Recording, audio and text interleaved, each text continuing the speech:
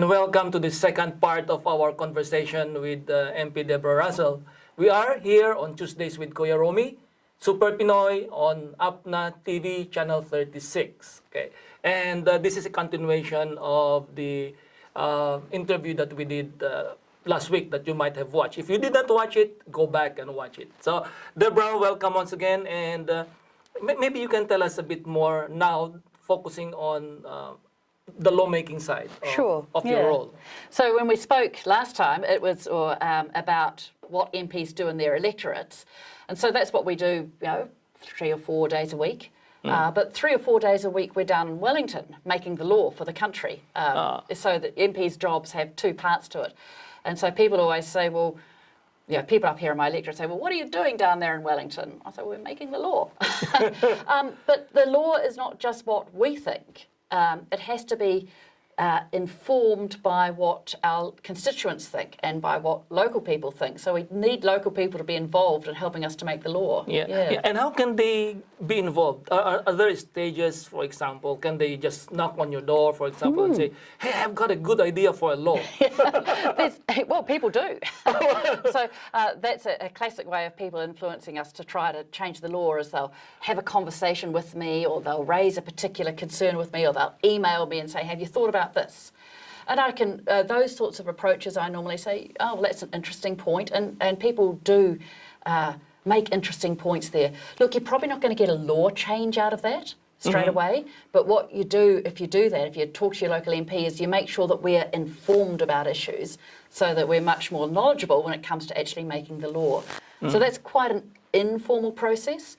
Sometimes a particular group will invite us to come and listen to their concerns, and that's always a really good thing to do. So I love it when I get invited to events, because people have that chance then to talk to me or to say, this is really affecting our community, you need to help. But that's quite informal processes, and there are much more formal processes as well. Actually, before we go into that formal process, I know that by listening to stories of people in our communities, especially in my case, when I listen to their stories, I'd be thinking in the back of my mind, what policy or what law can we change so that the grief of this individual or of this group can be addressed or something like that. So yeah, you're right, you're correct there. Yes. An informal way of doing it. Yeah, and it's a really important thing to do. But then there are there are much more formal processes.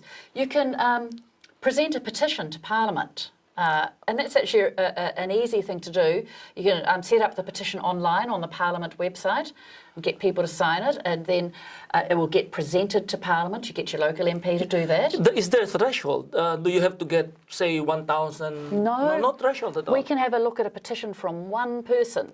Oh, all right? Okay. Probably there's more weight attached to it if you've got quite a few people signing it, but we'll look at a petition from one person, and it gets presented to the Parliament, and then it gets sent to a select committee. So a select committee is a small group of MPs, and they'll probably ask for some more information, and they'll get a government department to give an opinion on it, and they'll write a report on the issue that you raise with them, and that gets presented back to the Parliament. So that's a way of influencing what might come up in law. Yeah. Would you consider that is still an informal part, or no? That's more formal, that's but it's kind formal. of in between lobbying your local MP. But then there's the whole select committee process. All right. And that's a much more formal process. Yeah. And this is when a bill has been introduced. Yeah. And now you're asking the population to give their ideas, give their feedback, say something about it. Yeah, that's exactly right. So there's a very long process by which laws actually get written, and it starts with a minister drafting a law, and that's when those informal conversations help. But then it gets, the actual draft legislation gets presented to Parliament, and there's a debate on it, and then it gets sent to a select committee. And what the Select Committee does, so if it's if a justice issue, it'll get sent to the Justice Select Committee, and they'll open it up for submissions. So, and usually that's a 6-week period when people are invited to look at the draft legislation and then to put a submission in. You can do that online, you can email it in, and it's your written opinion on the draft legislation, where you think it's good and where you think it's bad. So that's the first stage of the submission process. Yeah. And in the submission process, how are the people notified that there is a bill in the House that needs submission? A number of ways. Okay. It goes up on the Parliament website. It's put in the Gazette, which is very formal. These days, the chair of the Select Committee will often do a little Facebook post, which goes out saying this bill is open for submissions. Right. The clerks of the committee, our secretariat, will write to interested parties and alert them that the particular bill is open for submissions. So there's both the formal way of communicating and the informal way of communicating. Yeah, so very there's a lot good. of ways Social there. media included. Yes, social media are included. Yeah. So, but in a sense, you kind of need to be alert to what's going on in Parliament and understand that this is coming up. But we try a whole lot of ways to get in contact with people so they can make their submissions. Okay. Yeah. We'll take a break here, and later on we'll go back to the submissions. Yeah. You're listening or you're watching Tuesdays with Kuya Romy here on Super Pinoy on Apna TV channel 36. We'll be back.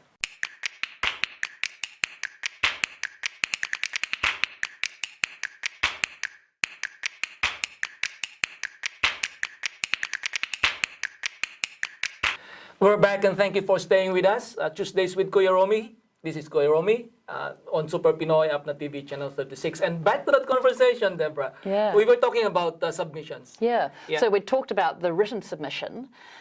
Then the date for written submissions closes. At that stage, the clerk of the committee, that's like our secretary, will write and say, do you want to speak to your submission? And what that means is that as well as having your written submission in, you would go along and meet with the Select Committee and talk to them in person. And that's, in your own language or in English? in English, if you needed to speak, or you can speak in Māori or sign language, because those are our official languages. You can always take along a translator if you need to, and that's often a good thing to do. And so if you say you want to speak to the committee in person, they'll send you an invitation to appear, and we try to find a time that suits everyone. Yeah. And sometimes we do it by Zoom. Oh, all right. We can do it by Zoom, or sometimes a Select Committee will meet up here in Auckland or meet in other places of the country, so they'll come to you. Sometimes you have to go down to Wellington to talk to them. And what happens is at that part of the committee meeting, you'll all be called into the room, and it's public, so everyone can hear it. And when it's your turn, you'll be invited to come and sit at the table and speak directly to the MPs there about the particular issue. And that can be a really good thing to do. We can read something, and it's always good to read about an issue. But when people come and talk to us, they speak from their heart, and that's really good. Yeah. And we get a chance to ask them questions as well. Yeah. I can imagine that it may be daunting to say newcomers to the country. And just to let you know, it's not scary at all. It's just in our mind sometimes, because when you're new to the country and you don't know how to deal with, for example, giving feedback on lawmaking, there is that suppression of what you want to say. But it's not scary. And if you're following our conversation here, you can do it in writing. You can do it by orally making a submission to your submission, written submission. Yeah. Okay. And when people come in to the Select Committee, most of the Select Committee chairs, the people who are running the meetings, they're welcoming. They want submitters to feel at ease. They want people to feel comfortable talking to us. So I've seen some people submitting and they can be very nervous. And I always just want to go and sit beside them and help them through, because we actually need to hear from people. So as well as obviously it's an opportunity for people to speak to MPs at that meeting.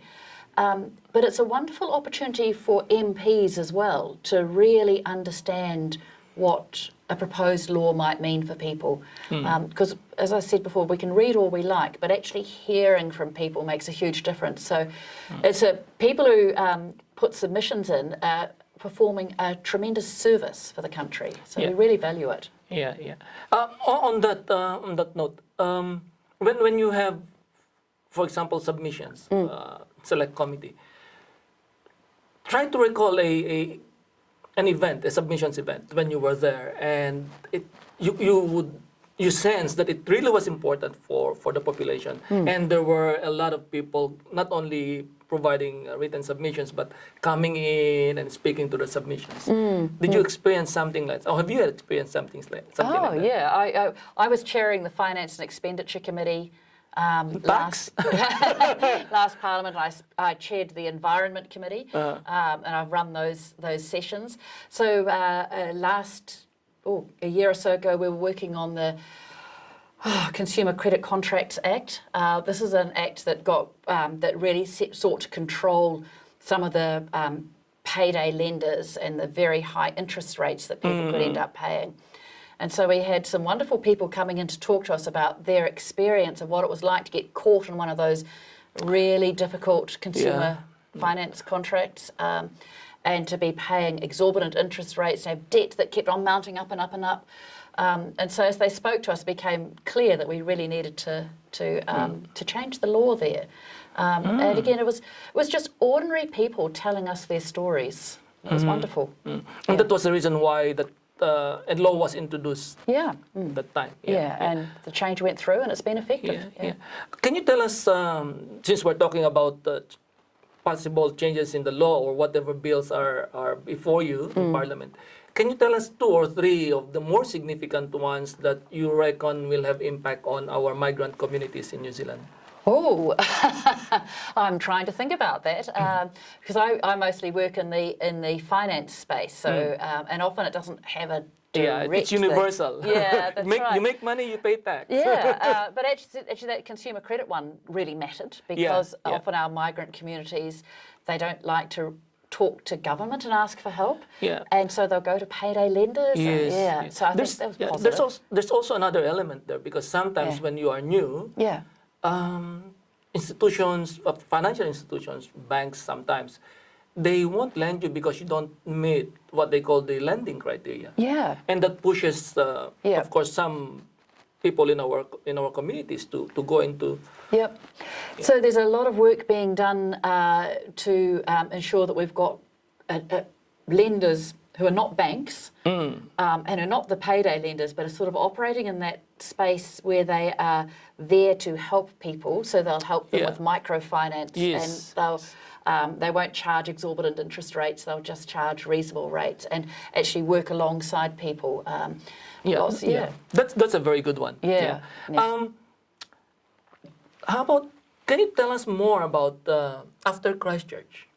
Because the laws that we introduced after Christchurch, one of them is the Gun Act. Tell us more about those laws and what is coming. Right. Okay. So I possibly don't know as much about what's coming in that space, but I do. We did put in much stronger laws regulating the use of firearms. So none of us, well, some of us, I don't have a problem with people having firearms.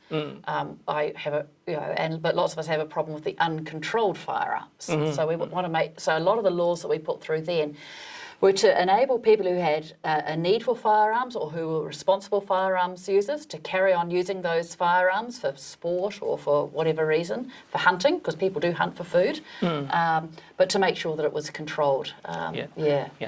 Actually, there's another possible law that's in my mind, but if we start talking about it now, we won't be able to finish it. It's about hate speeches, racism. As I said, we are not going to start with that now.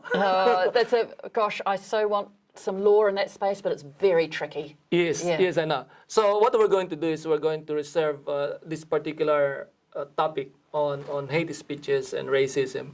And we're going to devote more time in our coming segments and talk about them as well. So for now, I'd like to thank Deborah for being with us in the 2 segments actually, and for her to say a few words before we end our conversation today. Well, thank you again, Romy, for inviting me to be here. And I guess my message is to people is that, do feel you can talk to your local MP and do feel that you can participate in the lawmaking process. We're pretty proud of our democracy in New Zealand and we like to think that it's for everyone. So as a person who is living and working in New Zealand, you are part of us and you can be part of the lawmaking process here. So, okay. Thank you very much. And we'll see you next time here on Tuesdays with Kuya Romy, Super Pinoy on Apna TV Channel 36. Bye for now. Super Pinoy, ikwento mo. Super Pinoy, ikwento mo. This is your opera princess, Jasmine Dama, reporting for Super Pinoy, ikwento mo. Today, I am here at Jerry Sullivan Theater in Marion School to watch a 500 quincentennial commemoration. Come on, I'll see you later. 500 years ago, Ferdinand Magellan and his Spanish crew arrived in what is now the Philippines and brought Christianity to its people.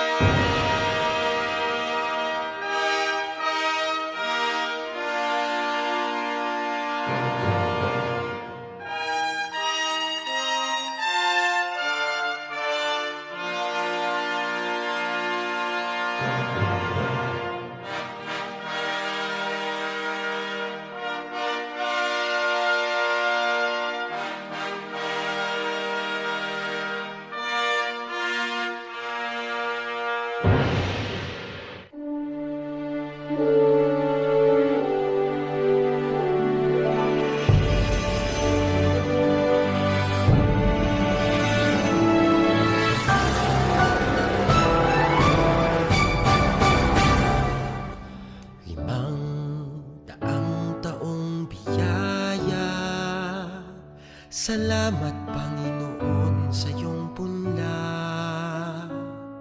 Misyong kaloob sa aming puso, aming sarili ay aming handog.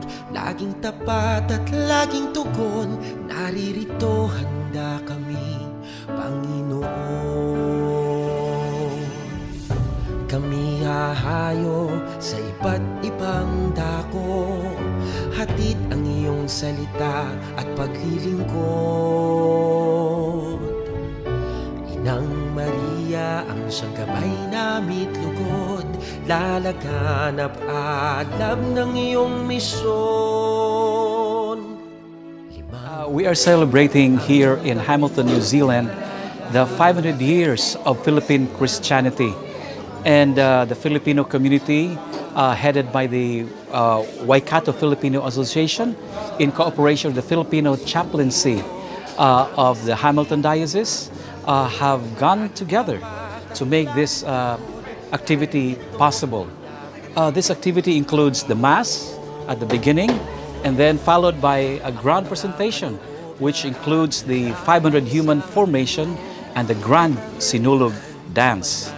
Later in the afternoon, we have the cultural presentations, and the cultural presentations would include, among others, the baptism, the first baptism in Cebu. The second is the Battle of Mactan, and the third is the return of Elcano to Spain. And the wonderful thing here is that it's not just a Filipino thing. The Spanish community in the Waikato region have joined us, and they are playing roles as well in the program.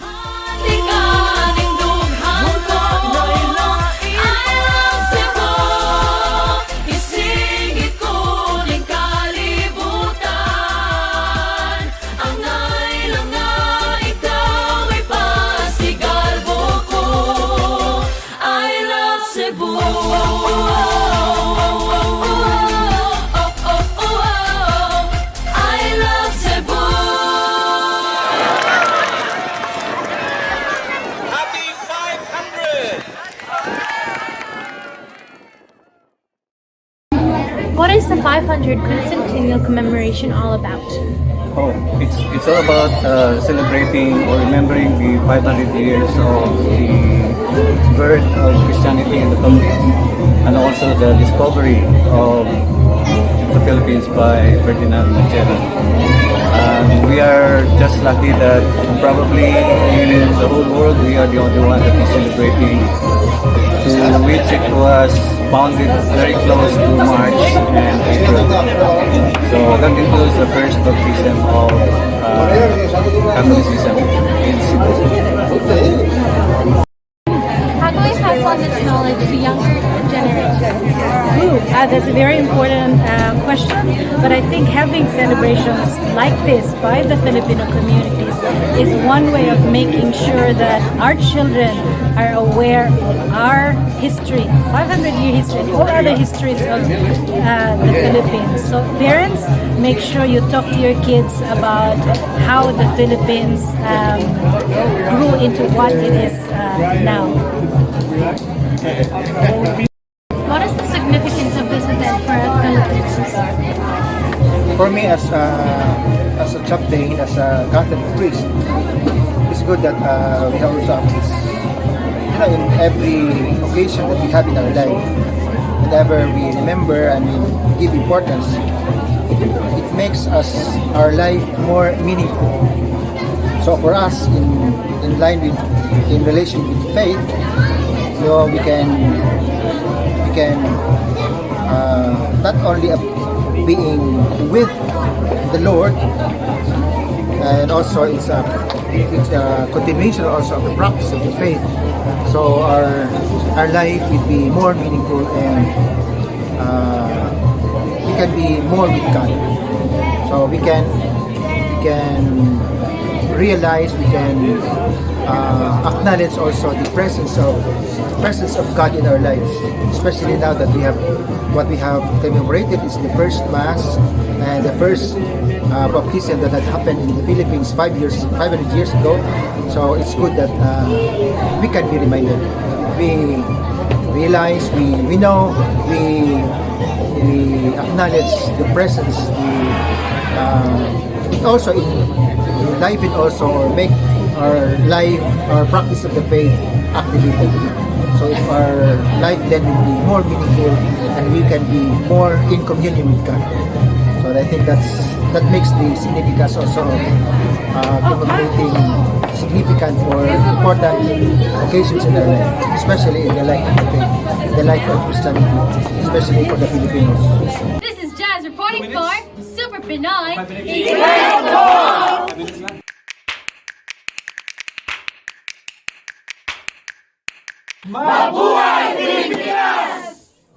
Kayo po'y nanonood sa Super Pinoy at narito ang kwento ng VOA News. Each day of Ramadan, iftar is a time for relaxation at sunset after a day of fasting. Allahu Akbar, Allah. This Ramadan, some in Los Angeles, California, are hosting a virtual iftar with an unusual interfaith flavor, says one Muslim participant. We did the call to prayer from 3 different synagogues throughout the Los Angeles area, which was extremely, first of all, I thought it was very beautiful and very powerful, but secondly, it expressed for all of us the unity and fact that we are all one community. The virtual iftar was sponsored by New Ground, a Muslim-Jewish partnership for change, and was held online this year with a welcome from Los Angeles Mayor Eric Garcetti. It included a virtual visit to the kitchen of an imam and his wife to watch them prepare their favorite iftar dishes, and a visit to the kitchen of a rabbi and her husband to see their favorite foods prepared. But participants say iftar and Ramadan are not just about food and fasting. And I think some of the messaging from it is, sacrifice, patience, empathy. And strengthening bonds with others, including those of different faiths, says a Jewish participant. We start with relationships. We start with telling our personal stories, dealing with our own identity. And acknowledging differences, he says, while the sharing of personal moments helps to bridge the gap over divisive issues, like the difficult relations between Palestinians and Israelis that often separate Jews and Muslims. But it also gave me a whole different vocabulary and a skill set for how to express myself and how to have difficult conversations. The ongoing interactions through events like these, either virtual or in person, teach participants how to listen. A long time ago. We may agree to disagree a lot of times, but that's part of the process of understanding each other and actually being able to empathize with another person and their views. Skills, they say, that are useful for people, whatever their background or religion. Mike O'Sullivan, VOA News, Los Angeles. So you have this yummy pot of dal. Well, I was in this group here, somewhere. There you are. Michael Collins grew up with his sights set on the stars, but he joked the one he actually orbited, Earth's moon, wasn't the destination of his dreams. I'm a Martian. I think Mars is the next great destination. While he never set foot on Mars, nor the moon, Collins made history as part of NASA's groundbreaking core of astronauts selected for the Apollo missions of the 1960s and 1970s. He was the fourth human to conduct a spacewalk during the Gemini program, but it's his role as the Columbia Command Module pilot during the 1969 Apollo 11 mission, when astronauts landed on the moon for the first time, that he is remembered for most. His job was to pilot the spacecraft, orbiting the moon alone while Neil Armstrong and Buzz Aldrin explored the surface. After a rendezvous, they all returned safely to Earth. Collins credited the thousands of workers on the ground at NASA for the historic achievement of their mission and the overall success of the Apollo program. It was a wonderful example of organization within a large government agency. That's something we don't see too much of today. After traveling around the world celebrating the Apollo 11 mission, he retired from NASA. While working at the U.S. State Department, Collins was tapped to be a liaison for NASA to the White House during the 1970 Apollo 13 crisis. Houston, we've had a problem. He updated President Richard Nixon on the status of getting the crippled spacecraft safely back to Earth.